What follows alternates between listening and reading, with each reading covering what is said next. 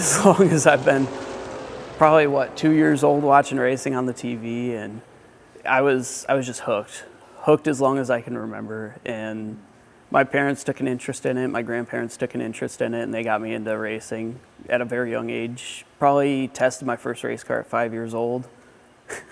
What? Yep, began racing full-time at the age of 6 in quarter midgets at Waterford Hills. I ended up winning 21 championships on both local and regional levels, and won probably a couple hundred races. I've never really kept a number on it.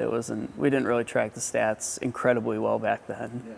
And I was too young to know the difference, so I was just out there winning races and having fun. At 16 years old, I got into one of these. We fielded our own car for about 3 years before Dick Barker and Pat Moran picked me up to race their cars. So we had a pretty decent thing going. We'd managed to gather some good finishes, but as soon as I got into these cars, it was with Dick and Pat, like, we were able to wrap up a lot of consistency and start running at the front consistently every week. What did they see in you and that they wanted you to drive for them?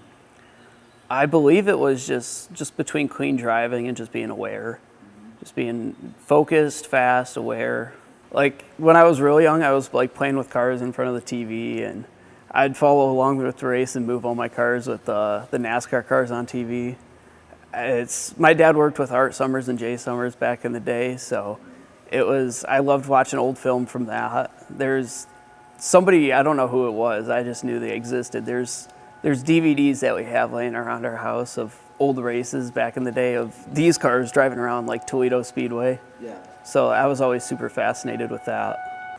I was a little quiet in school, so it wasn't like I like flaunted it everywhere, but like once it got out, that was mainly what I was known for throughout my education at Hazel Park. What do you want to do eventually?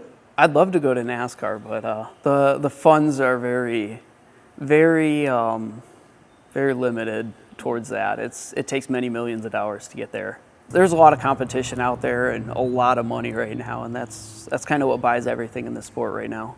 And you're actually on the track. What is the biggest challenge for you in that arena?